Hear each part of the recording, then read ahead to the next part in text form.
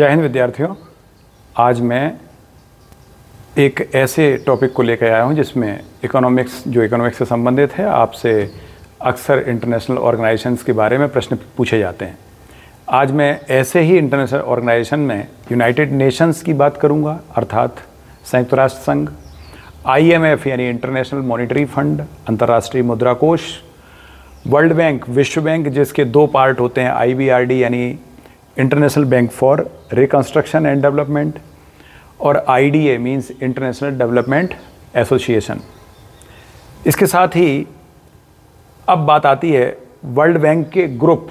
तो world bank group में इन दोनों के अलावा ये तीन और शामिल होते हैं, जिसमें IFC international finance corporation, ICSID means international centre for settlement of investment disputes, और लास्ट में है मीगा मींस, मीगा का मतलब ऐसी एजेंसी जो इस बात की गारंटी दे सके कि लोगों द्वारा जो इन्वेस्टमेंट किया गया है या जो पैसा लगाया गया है वो सेफ रहेगा, उस पैसे की गारंटी देने वाली संस्था है मीगा। तो इस प्रकार से विद्यार्थियों ये पूरा एक सेटअप है इंटरनेशनल ऑर्गेनाइजेशंस का। इस इंटरनेशनल ऑर्गेनाइजेशंस में UN, IMF और वर्ल्ड बैंक, इन तीनों की स्थापना, UN की भी स्थापना 1945 में हुई, और IMF world bank second world war के बाद इसकी स्थापना हो गई थी। IMF और वर्ल्ड बैंक के लिए भी एक ब्रेटन वुड्स नामक स्थान है अमेरिका में, वहाँ एक सम्मेलन हुआ था और उसकी सिफारिशों के आधार पर ही IMF और वर्ल्ड बैंक की स्थापना किए जाने की बात कही गई थी। क्योंकि विश्व की अर्थव्यवस्थाएं जर्जर हो चुकी थी सेकेंड वर्ल्ड वार के बाद, ऐसे में एक ऐसे संगठन की आवश्यकता थी जो यूरोप की जर्जर अर्थव्यवस्थाओं, विशेषकर जर्मनी जैसे देशों को फिर से पटरी पर ला सके, उनकी अर्थव्यवस्था को। इसीलिए ये वर्ल्ड बैंक की स्थापना की गई थी, IMF की स्थापना की गई थी।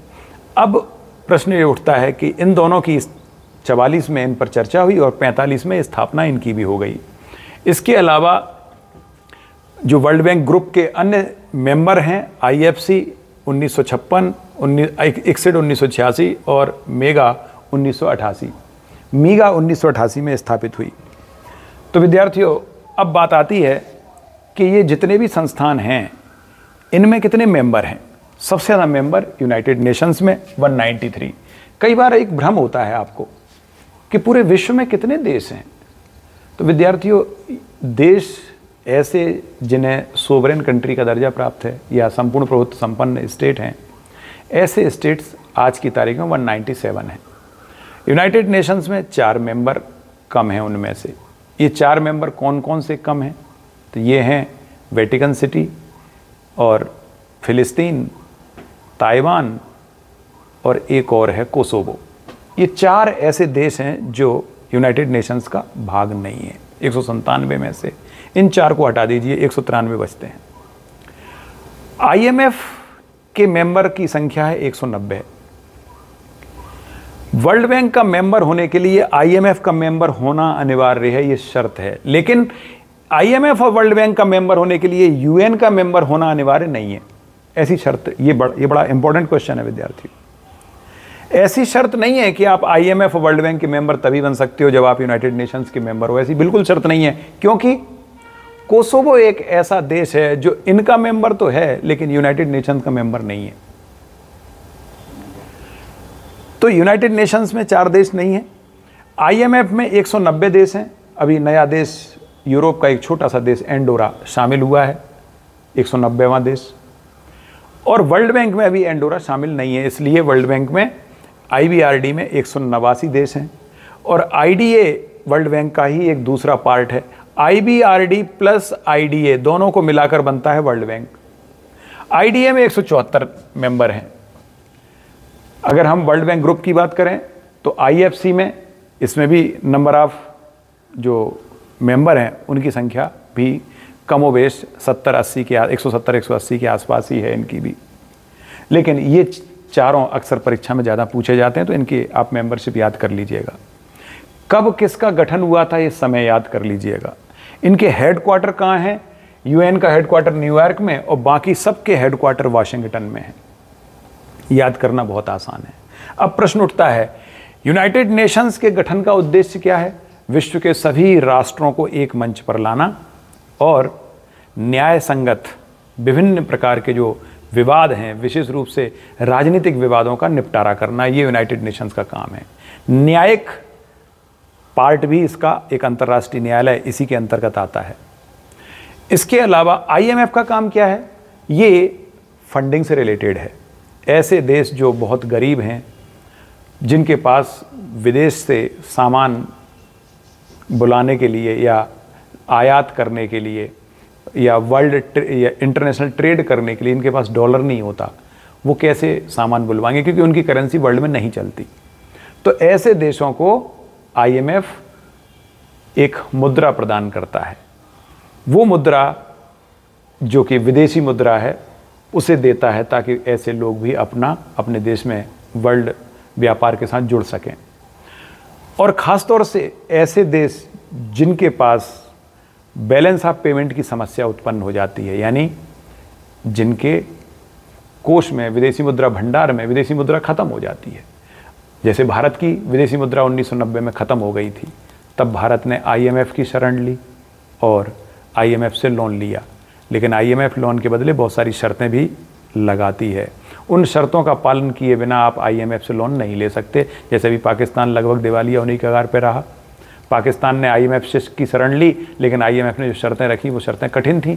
IMF की शर्तों को नहीं वो फॉलो कर पाया, IMF ने वैसे लोन नहीं दिया।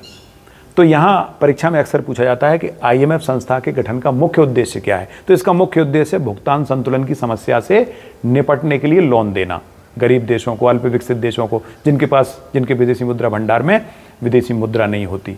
ऐसे लोगों को लोन देने का काम करता है IMF। अब वर्ल्ड बैंक की बात करें। वर्ल्ड बैंक काहे के लिए लोन देता है? इसका काम ही है रिकंस्ट्रक्शन, यानी आधारभूत संरचना को फिर से तैयार करना, या नहीं है तो नए सिरे से तैयार करना। तो जितने भी गरीब देश हैं या विकासशील देश हैं, उनकी आधारभूत संरचना यानी बेसिक इंफ्रास्ट्रक्चर के लिए ही लोन देता है। तो बेसिक इंफ्रास्ट्रक्चर में आपके आते हैं एनर्जी यानी इलेक्ट्रिसिटी प्रोडक्शन, ट्रांसपोर्टेशन, कम्युनिकेशन और बड़ी बड़ी इंडस्ट्री डालने के लिए पैसे की व्यवस्था करना।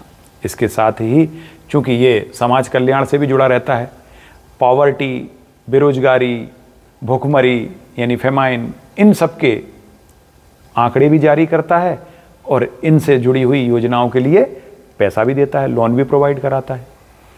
जैसे एनवायरनमेंटल प्रोटेक्शन के लिए, एनवायरनमेंट कंजर्वेशन के लिए, कोई भी देश अपने यहाँ इंडस्ट्री को ग्रो कराए लेकिन एनवायरनमेंट को नुकसान ना हो, ऐसे सुविधाओं के लिए भी लोन प्रोवाइड कराता है। वर्ल्ड बैंक जो लोन देता है वो, चूँकि वर्ल्ड बैंक की दो संस्थाएं IBRD और IDA, इन दोनों में क्या फ़र्क है? ये ब्याज सहित लोन देती है और ये ब्याज रहित लोन देती है, यही दोनों में बेसिक फ़र्क है।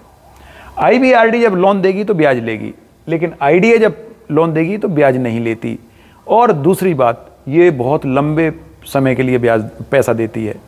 25 से 40 साल तक की अवधि के लिए IDA लोन देती है और ब्याज भी नहीं लेती। तो ऐसा लोन तो हर कोई लेना चाहेगा। बस केवल प्रोसेसिंग फ़ी के नाम पर 0.75% प्रोसेसिंग फ़ी लगती है, जितना लोन है उसका, बस केवल ये प्रोसेसिंग फ़ी लेती है।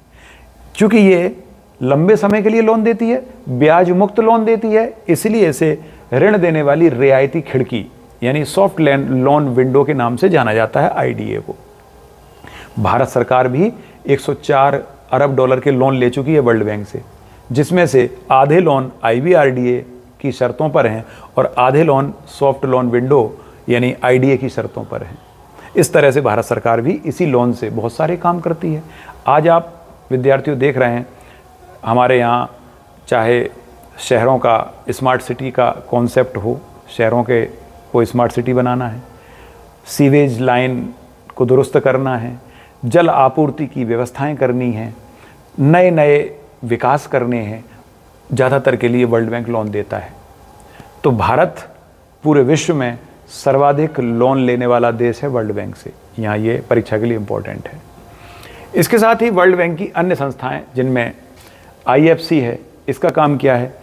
IFC यानी इंटरनेशनल फाइनेंस कॉरपोरेशन, इसका काम है पूरे विश्व स्तर पर क्या करना, निजी, किसी भी देश की निजी कंपनियों को लोन प्रोवाइड करवाना।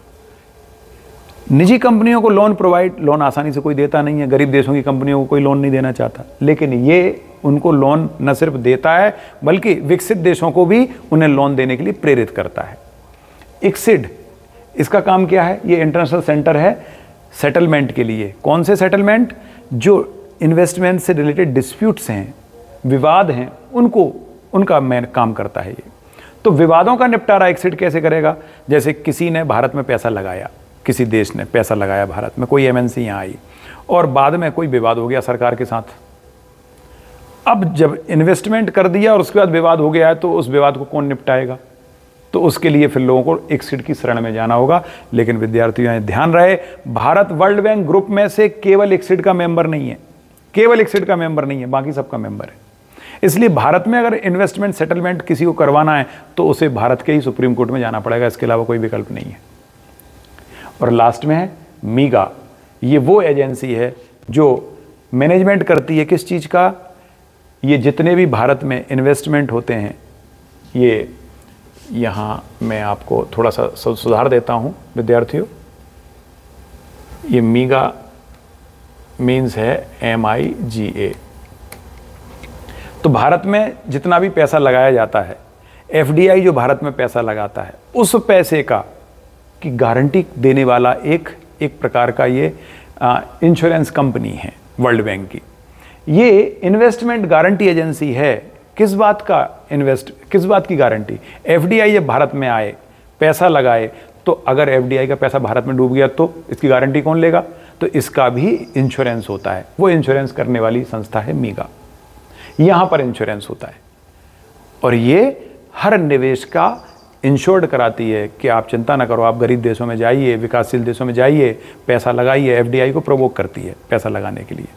तो इस तरह से ये संस्थाएं हैं, इन सबके काम निश्चित हैं।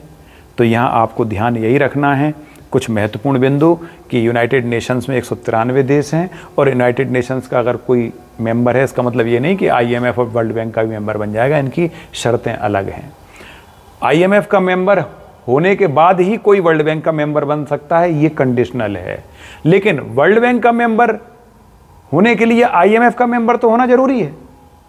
लेकिन अब यहां अगला प्रश्न ये उठता है कि क्या यूनाइटेड नेशंस का भी मेंबर होना जरूरी है? नहीं, कोई ऐसा मेंबर जो IMF वर्ल्ड बैंक दोनों का है, यूनाइटेड नेशंस का नहीं भी होगा, चलेगा। जैसे मैंने एग्जाम्पल दिया आपको कोसोवो। तो इस प्रकार से इतने सारे परीक्षा में प्रश्न पूछे जाते हैं। वर्ल्ड बैंक पूछा जाए तो इन दोनों का सहयोग से वर्ल्ड बैंक बनता है। वर्ल्ड बैंक ग्रुप पूछा जाए तो ये 5 संस्थाओं से वर्ल्ड बैंक ग्रुप बनता है। विद्यार्थी, इसी पर मैं और लेक्चर आपके लिए लेकर आऊँगा। IMF की करेंसी क्या होती है, कैसे काम करती है, इस पर मैं चर्चा करूँगा। तो आप देखते रहिए अगला मेरा एपिसोड, अगला वीडियो, उसमें आप मिलते हैं। जय हिंद।